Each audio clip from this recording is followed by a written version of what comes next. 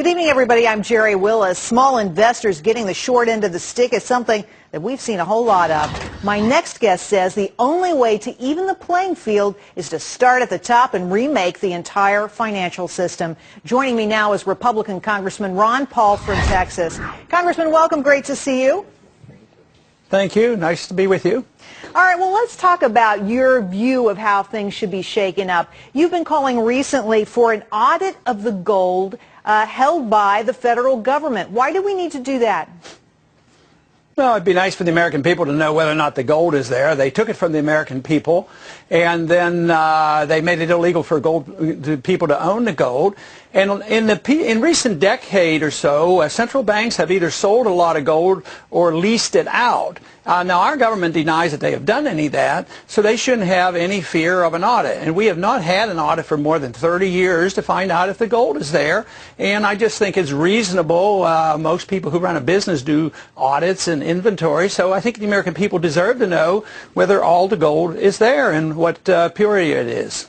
Well, you know, it's funny because I've been to the New York Federal Reserve, and in the basement they show you the gold. Are you saying that you don't think now that it might not be there? If we went to Fort Knox, you and I today, there may be no gold at all? Well, you know, that's the whole thing. It might be sitting there, but you don't know what the obligations are because things are done in secret. This is the reason I argued for the auditing of the Fed, because there's all kinds of agreements and plans and guarantees between central banks, so you don't know exactly. But there are some people who are really studying this and claim that some of that gold has been sold. And the truth is, I don't have any idea, but as a member of Congress and of the Banking Committee, I think I have an obligation to at least ask some questions. Who knows? Maybe someday...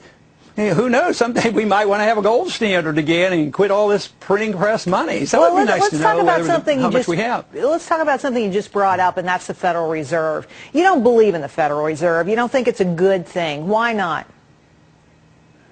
Because I don't believe in counterfeiting, and I don't believe in central banking, and that's what central bankers are. It's controlling the money supply, and our government, the United States, has the reserve currency of the world. So that individual or group who can determine interest rates with monopoly control and the supply of money, they have more power tthan the president. Bernanke is probably more powerful than anybody else in the world. He does it in secret. And do you recall ever the Federal Reserve Board, the other members on the FOMC, overruling a chairman? No, the chairman is a dictator of interest rates and the supply of money.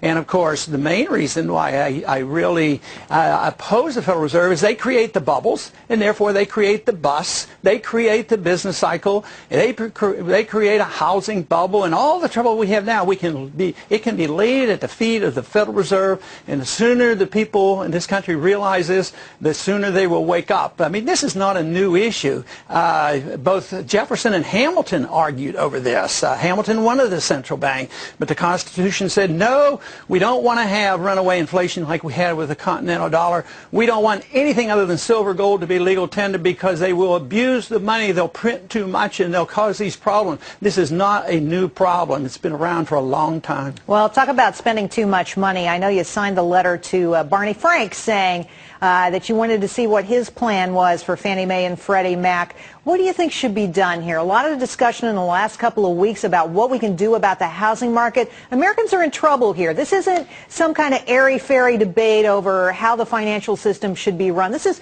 really important to average Americans. Well, we should get rid of Fannie Mae and Freddie Mac and privatize it just like we should do with the Fed. But the Fed worked in collusion with the Congress because the Fed created the credit and Congress created all the affirmative action programs and said everybody has a right to a home, even if they don't have any down payment, and interest rates have to be lower than the market rate.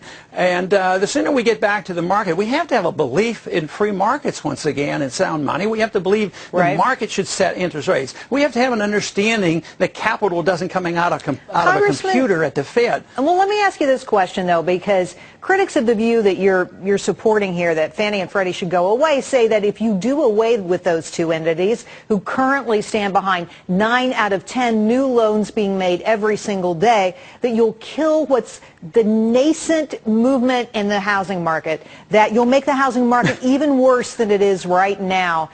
Do you believe that? I mean, can we have a housing market at the bottom of this cycle with no Fannie and no Freddie?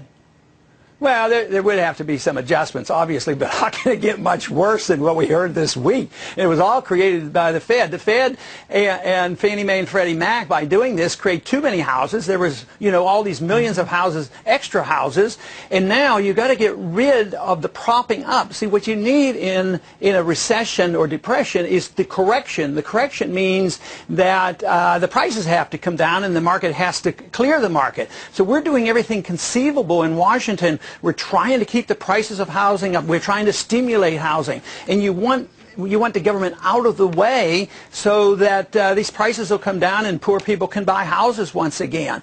But the worst thing in the world you can have is a collusion between the Federal Reserve creating credit and politicians who say you have a right to a house for free. And this is why we have housing bubbles. So, no, there's not only worthless assets in Fannie Mae and Freddie Mac, there's probably a lot of good assets. And just like General Motors should have been allowed to go bankrupt, the good assets should have been bought up. And the same way with Fannie Mae and Freddie Mac. There's a lot of people, the large majority of people who have those mortgages are good, good mortgages. I mean, but you get 10% bad mortgages, your country's in bad trouble. But you don't throw away the concepts of free markets and freedom in order to prop up this 10%. You need to liquidate it. You need to, change it. You need to have people making loans. But Congressman, quickly, we don't have a lot of time here. The kind of radical action you're talking about, couldn't that tip us in, not into just another recession, but into a depression if things are so uncertain? Well, there's a lot of uncertainty already, and this would bring about certainty about what to do. Now, if you're worried about a depression, we just have to continue to do the things that caused our recession, and that is we created a bubble by the Fed. We printed too much money, spent too much money, borrowed too much money, and had too much regulation. So we're trying to solve the problem by printing too much money, borrowing too much money, spending too much money, and more regulation. You can't do it. You're driving, people who believe that are driving this economy into the depression. Okay. We're doing exactly what we did in the 30s. It's very, very dangerous. Things are going to get a lot worse. Interesting conversation. Congressman Paul, thanks for your help today. We appreciate it. Thank you.